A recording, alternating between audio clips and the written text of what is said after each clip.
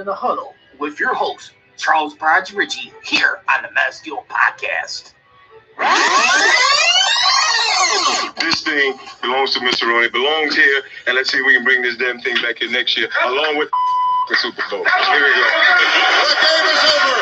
The Pittsburgh Steelers did it the hard way.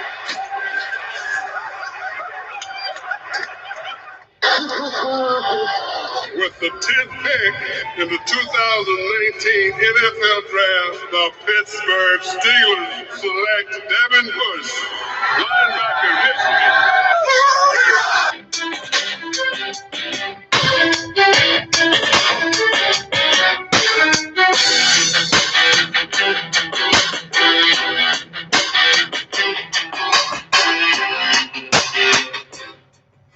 And hello and welcome everybody here to this special edition of the Masteel Podcast. Right now, as we got the Monday Night Football game day preview, as we are less than 24 hours away tomorrow from kickoff.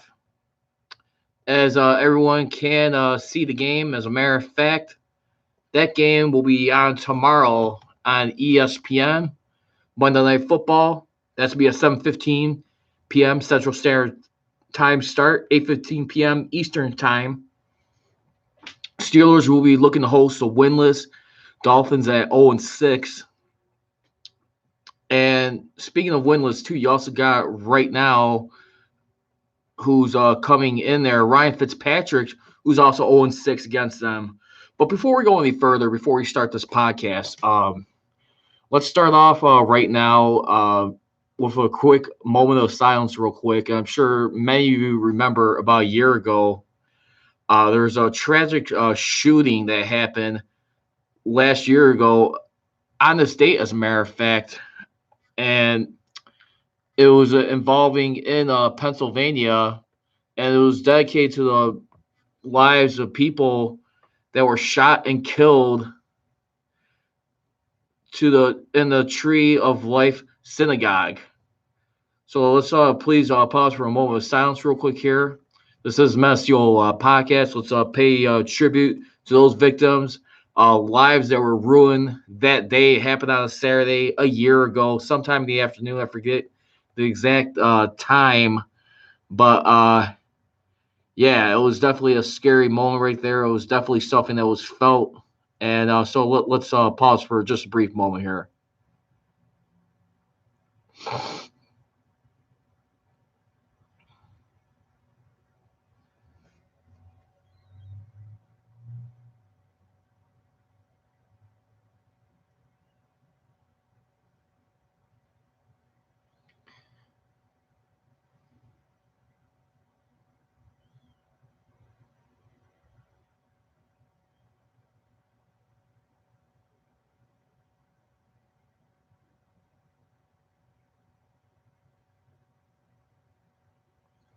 All right, thank you very much. Well, again, remember, just to recap what happened. It was a mass shooting that occurred in the Tree of Life Synagogue during Shabbat morning services on October 27, 2018.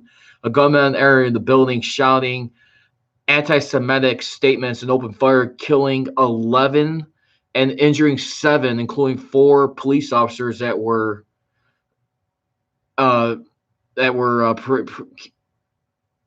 I think dead. And the sole suspect, Robert Bowers, was apprehended at the scene. And there you go right there. So as a matter of fact, too, speaking of which, on the Tree of Life Synagogue right there, you had Mr. Art Rooney, which, by the way, who actually made a comment on this event. And here's a quote from Team President Art Rooney II. On this anniversary of the tragic day in our city, when innocent people were gunned down in the Tree of Life Synagogue, we pause to offer our thoughts and prayers for the families who lost their lives, as well as those who survived that terrible day. Since that day, our community has resolved to stay stronger than hate and anti-Semitism. As we did a year ago, we'll ask fans at the game on Monday night to stand together, observe a moment of silence, and honor the victims and their families. Art Rooney II, team president. So there you have it right there. It was a sad, tragic loss right there, as many people could remember. Uh, I know we live in a lot of sensitive times, but definitely inexcusable what happened at that point in time. Just something a lot of people definitely want to move on from. I do remember shortly after that, the Steelers they faced the Cleveland Browns the next day. They went on to beat them at home, and that was their second matchup of the season. And of course, at that time, they were wearing their throwbacks from like the 1970 season. I want to say it was from 78 or 79. Those jerseys they wore, their jerseys, but they wore the black lettering. The good thing, however, too, I mean, speaking of uniforms tomorrow, we're going to be seeing the Steelers once again wear the color rush uniforms, which, by the way, they have been 4-0 so far in this point. I mean, since wearing them, I mean, let's recap the victories. I mean, they had the very first one, Christmas Day, and I'm going to tell you something. I was definitely a nervous wreck. I don't know about anyone else that day, but when they first wore that and you saw the Steelers go down as many, I think by like 10 points, I want to say, I'll be honest with you, my heart was like, my Christmas was kind of traumatized a little bit, to say the least. It was just a simple fact where they could have had a chance to win the division and get into the playoffs. All they just had to just do was win. They were in division, ba bing, ba boom. If they didn't, they would have to win and had some help to get in. And so, luckily for that, I mean, you had like in the final, like 2-3 minutes of the game where the Steelers took the lead. Ravens went up ahead with a touchdown and put the pressure on the Killer Bees and marched down the field right there.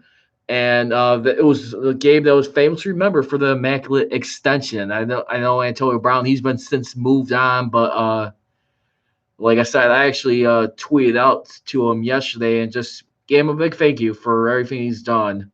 I know it's been a messy situation. I'm not going to get into that any further, but at the same time, too, you know what? At the end of the day, I still appreciate the contributions, where they came up short, any Super Bowls or whatever. People may look at the characterizations of like what he did as this time, the falling out, the backlash, and the way he's threw a lot of teammates under the bus. But I mean, since then, I mean, we definitely moved on right now as we look at it. And speaking of which, right now, the other games too that they wore them against. I remember they also wore them against Tennessee Titans on Thursday Night Football 2 years ago, where they beat them in dominating fashion. Then, of course, twice last year, which was initially supposed to be one time during the season, where they played them, where they wore them once again against the Carolina Panthers. And then who would have thought, last but not least, the surprise, I mean, the day before, which was announced on December 15th, the evening of Saturday, they're going to switch up and wear their color rush uniforms. That would see them defeat the Patriots in that contest by a touchdown. I mean, so you look at that stuff right there, and you would just look and who would have thought that the color rush uniforms would snap their losing streak against the Patriots? I mean, obviously, everyone knows the rest of the story right there. They lost a crucial game in New Orleans against the Saints right there. And they missed out on the playoffs by not having the Ravens lose to the Browns. The Steelers still had to win. The Ravens had to lose. That did not happen. But, I mean, still, I mean, you look at what they do in these, and these are like magic at the end of the day. So let's get ready to dissect this game tomorrow. Again, if you guys want, feel free to get on the podcast. The number to be reached is 209-2232. That is 312-209-2232. You can also follow me on Twitter at Project Richie. And you can also check out the Men of Steel podcast Twitter page. For those of you, if you guys want, feel free and follow that as well. That is at Men of Steel CJR. Definitely got to do a better job of tweeting up on there. So just give me some time. I just created that one last week. I know it's been over a year since this podcast has been happening now. Can't believe how quickly the time flies. And just want to say thank you to all the viewers who stayed with me or tuned in on here. It's greatly appreciated here as we try to move forward. So let's get ready to go into the Dolphins, as a matter of fact. Let's go ahead and break down like the little history and the time of events right now, you got a guy here in Ryan Fitzpatrick, which, by the way, as a matter of fact, going into this contest, he is 0-6, where he's played with 5 other teams. You had the very first 2 times he was a Bengal. That was in 2008, where they swept him. Then you also had 2010, his second team, which was with the Buffalo Bills. They won a tight game on the road against Buffalo Bills. I remember listened to that game on the radio. They barely won that game by 3 points. And then 5 years ago on Monday Night Football, when he was also quarterbacking for the Houston Texans, they won that game by 7 points. Then you also had his fourth team against the New York Jets. They won that game by 18 points. And then last year, last but not least, against the Tampa Bay Buccaneers, they barely managed to escape that one, Tampa, by 3 points in that contest. So this is going to be a 6-team overall, and he's 0-6 in his career. And I don't want to keep knocking on the wood, but I mean, I know the biggest thing Mike Tomlin always gets the biggest rap for is playing down to his opponents. And when it's like teams against losing records. But I tell you what, though, I mean, at the end of the day, when you really look at it real quick here, and you look at his overall record against losing teams, it's not all that bad. I mean, when you look at it, I mean, for right now, his overall career against losing teams, he is 54-26-0. And then since the biggest thing was playing on the road since 2012, where he was 11-14. Well, he's now 12-14 in that category, 2 games under 500. But I mean, overall, too, when you really look at like the whole dynamic of this team, I mean, right now, I mean, yes, I mean, you got a team in the Miami Dolphins who enter this contest right now, who are 30th in total defense, 31st in total offense, and they have allowed 211 points, 35.2 points per game on defense, which is dead last in the league. 63 points scored on the offense, 10.5 points, which is second to last. And they are 30th in the sack department on the defense, with 7 being generated. Meanwhile, you got the Steelers right now, who, by the way, they come into this game with the second most takeaways. I mean, a lot of that's due to them being on their bye week, and the New England Patriots, I mean, pitching a shutout last week against the Jets. They also dominated the Browns, I mean, as a matter of fact. So they took care of them as the Browns fell to the Patriots earlier today, 13-27. And you think about that stuff right there. So right now, because I think the Patriots, I want to say as of right now, as we look at it, as a matter of fact, they have got their bye week right now. So they're taking their bye week right now. They'll be returning back to action, but this time going on the road when they come off their bye week. They'll be having 2 straight games on the road, which will be against the Ravens and the Eagles, as a matter of fact. So that's going to be pretty freaking interesting right there when you look at it. I mean, this is a team right now who, by the way, I mean, when you look at – no, excuse me, they're not on their bye week. I'm sorry. Their next week's opponent is going to be against the Ravens, so my apologies. Then they take their bye week, and then they'll be on the road in Philly. And then, like, a week after that, home against the Cowboys. So, I mean, you look at the Patriots right now. I mean, everything is just going right for them. I mean, as being the defending Super Bowl champions, they're 8-0. And right now, I mean, looking like they might be able to finish what they started in 2007, having a perfect season. Maybe we might roll for the playoffs right now. Only time will tell about that.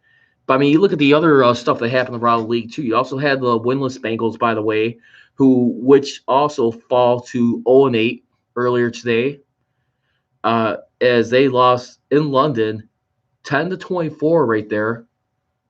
And you got to believe that the Rams offense kind of got a little bit revamped in that contest, in that one. And right there, I mean, when you look at, I mean, this is a team right there who they trade for like a guy like Jalen Samuels. No, not Jalen Samuels, excuse me. Jalen Ramsey, my bad. And they definitely, right there, they've been playing with some moxie lately, definitely on defense. I mean, when you look at it, I mean, when you see the LA Rams, by the way, who's pretty much been taking care of business so far, I mean, at that point in time, since acquiring him onto the team, I mean, for right now, I mean, when you take a look back at, I mean, they've been averaging 10 points a game since acquiring Jalen Samuels. So you got something working for you in the defense department. I mean, you have the Bengals right now, and I gotta tell you right now, right now, I mean, just like the Dolphins, I mean, I'm not gonna keep knocking on wood and say, and it's gonna continue this trend, but I mean, you want to take advantage of this right now. I mean, Zach Taylor, I mean, who's having just a miserable whale of a start, by the way, just like the Miami Dolphins coach, who's also a former Patriot assistant, Brian Flores, right now, who's 0-6 right now. So you got to be careful here, I mean, in those regards. I mean, especially for a guy who's never won against the Steelers. You got to start thinking right now, I mean, is this going to finally be his time? I mean, I will say, I mean, the things you got now is right there. I mean, again, Brian Flores is a former Patriot. Patriots have played the Steelers, I mean, well in the past. I mean, defensively and like matchup wise, as we look at it.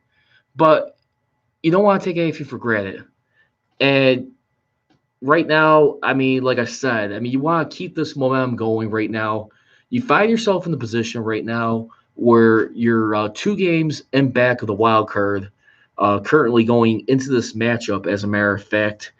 The Houston Texans hold the 6th and final wild card spot as of right now. They defeated the Oakland Raiders earlier today, I want to say like by 3 points. And right now, the only thing that's a little concern right now is J.J. Watt. It looks like he might have torn his pec, so it looks like his season may be done. And that's a real darn shame because that's the brother of T.J. Watt, as everyone's aware.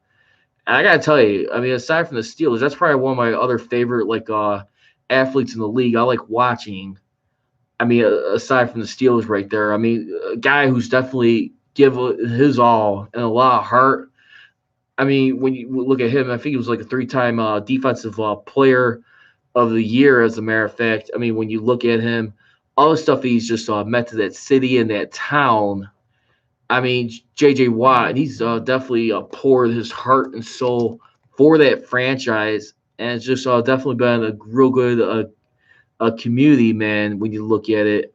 Yeah, so 3-time Defensive Player of the Year, 5-time Pro Bowler, 5-time All-Pro. His season more than likely will be done, and I hope that's not the case for a guy like him, because this is a guy who's definitely a true warrior at this point in time. And yeah, so I mean, and that was being reported by ESPN.com by Sarah Barshop, as a matter of fact. So we'll see what happens from there. So keep him in prayers and thoughts. Hopefully everything will work out with him. But again, right now, I mean, the Steelers, you definitely want to be a little bit careful right now. I mean, at this point, like I said, I mean, they've been undefeated, not only in the color rush jerseys they've been wearing since 2016. You got a guy in Ryan Fitzpatrick who's been winless. But, I mean, when you look at those games right there, I mean, when you look at it, I mean, he's really, I mean, in his career against the Steelers, out of those 6 starts, he's only gotten blown out like about half the time. I mean, the most he's ever got dominated by was in his very first matchup against the Steelers, and that was back in 2008. And that was a 28 points, and that was against a bad Bengals team that was like pretty much going south at that point in time. I mean, you had Carson Palmer, who was inconsistently healthy at that point. I mean, who actually had the knee injury in the playoffs. And then you look at it. I mean, last year, I mean, the closest he's ever lost to the Steelers was two separate times where he lost by 3 points. That was a Buffalo Bills game back in 2010 when the Steelers had to travel on the road right there. And then, of course, last year on Monday Night Football, the same night that the Tampa Bay Buccaneers were honoring Tony Dungy. So you look at all that stuff right there, and you start to think right now. I mean, what you need to start doing here, and how you get the message across. You just gotta just stay focused right now. Just get on a good winning streak, and we'll see how it clears up here. But yeah, I mean, you want to continue to be more methodical here. I mean, in this approach, and just like I said, you don't want to look up anyone. Again, the number to be reached here again is 312-209-2232. Again, that's 312-209-2232. You can follow me on Twitter at Pride Richie, as well as check out the Men of Steel Twitter and Instagram page. That is at Men of Steel CJR, and then my YouTube channel, Men of Steel Podcast, as I'm streaming live right now. So let's go. We're still on the opening drive. Let's go into some keys here into this game as we get. I'm gonna give you my keys to the game. Let's go into fair or foul right now. Keys to the game for tomorrow's matchup against the Miami Dolphins. Fair or foul topic number one: get Mason Rudolph plenty of protection. I'm gonna have to say fair on that one for right now. Yes, the Dolphins are struggling in the pass rush department when you look at it. I mean, overall, remember, they are 30th in the league with 7 sacks produced, I mean, for this point. But the Steelers, credit to their offensive line, and right now, and you gotta continue to give them a tremendous shout out and effort for what they continue to put up with. They are number one with the least sacks given up through 6 games. They only given up 5 sacks, and that is huge, especially when you got a guy like Mason Rudolph and Devin Hodges right there. And I mean, remember, I mean, I think it was mentioned last week that was reported. I mean, when Mason Rudolph was asked, he said he couldn't remember if anything before or after the play when he got concussed. And definitely a weird moment for him. I mean, of course, I mean, a lot of these athletes nowadays, when they're feeling that pain right there, and you start to look at it, yeah, it was just definitely a scary game these days. And when you really start to look at it right here, where I start to feel is that right now, I mean, that's a good thing to give a quarterback plenty of confidence. I think the only thing is right there, he needs to have a little bit more confidence as far as like moving around, or are they going to let the leash off him a little bit and build into some of those plays where he's going to make more plays down the field? Are we going to see a little bit more Wildcat like they did when they won their first game of the season against the Bengals on Monday Night Football? That'd be my question right there for them. But right now, I mean, one key thing that Mark Kaboly pointed out of The Athletic going into this game, the losses that they suffered to at the hands of the Patriots, the Seahawks, the 49ers, and, of course, the Baltimore Ravens, those 4 losses right there, those teams are combined 26-4, while the teams they beaten have a record of 3-13. And that's not a good record right there to have right there, because if you win this tomorrow, that will go up to 3-20 with the Dolphins entering into this matchup tomorrow at 0-6. So they will drop to 0-7 if the Steelers are able to handle business at home and be able to keep the momentum riding here. So that's where you got really look at it.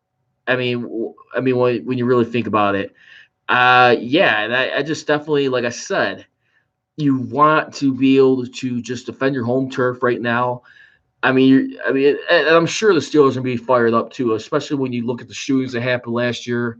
It's around the same time too. Also, you started the T-shirts started coming out stronger than hate. At that point in time, it was definitely a sickening thud for those people right there. I mean, who the families and friends right there who were lost in that. And just a very sad situation. You definitely don't want to hear anyone at this point in time experience any horrific tragedy there. And yeah, it's definitely not the funnest idea in the world. I mean, when you look at it, uh, it's definitely very sad. It's very disturbing. It just goes to show you what kind of sickos we do live with here. I mean, they're around us. I mean, unfortunately, and that's where I think right now where you gotta be very careful at this point, and you definitely want to watch yourself. Definitely in all facets of life. I mean, when you think about things here, and yeah, it's definitely right now something you gotta be a little bit more careful. I mean, at this point in time. Let's also go key number two going into this game. My second key of the game: set the pace with the run game. I mean, the bottom line is they are 26 in the league with having 459 yards gained off 131 carries, 3.5 yards per carry, which is 26. And they're also 21st in rushing touchdowns with 4. That's a big thing that needs to be addressed early. The injury report we will get to in a second when we look at it. But yeah, that has got to be in full command tomorrow. If they're going to be able to set the pace, especially when you're trying to work around, give Mason Rudolph some help and a lot of time to be comfortable. I mean, in the pocket, as far as game momentum build, because you need that helps with everything. I mean, it's good that they're protecting the quarterback and giving the least amount of sacks. It's another when you're not marching down the field, and like I said, you gotta get those third down conversions. That's gotta get better right there. I mean, it's been one of the things that's been plaguing this team all year, where they were towards the bottom in the league. I mean, in that department, and you want to be on top of that. You want to be able to control that time possession, and you want to be a lot more on top of your A game in that regard. So I just feel for right now, you gotta make sure you're dotting all your I's and crossing all your T's as we get into that. So that is definitely something right there where you gotta think right now. That's you gotta be able to stay pretty sharp on. I mean, at this point in time. So let's take a look at it right there. And then also fair foul. So I'm gonna say fair on that one. And then fair foul topic number 3 for keys to the game: get 3 sacks or more. Fair, because when they do get 3 sacks or more on a guy and Brian Fitzpatrick, they got a 49 point plus differential against him. I mean, and he's 0-3. I mean, when he's got 3 sacks or more, but he's 0-6 overall as a starter versus Steelers.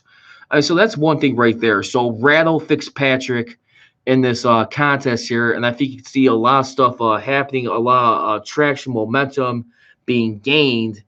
And yeah, I really feel like right now, I mean, that's how you get it going. That's how you start it right there.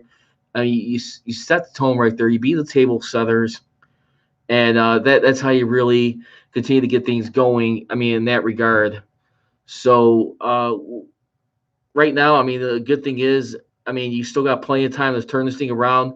I mean, a lot of people are liking the fact that this has got a good, solid defense. Even Bill Cowher, who still always has positive things to say about the team, he is real with them as it gets on.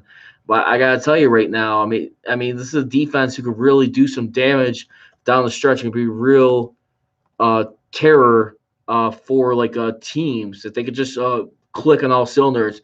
It really comes down to the offense getting going.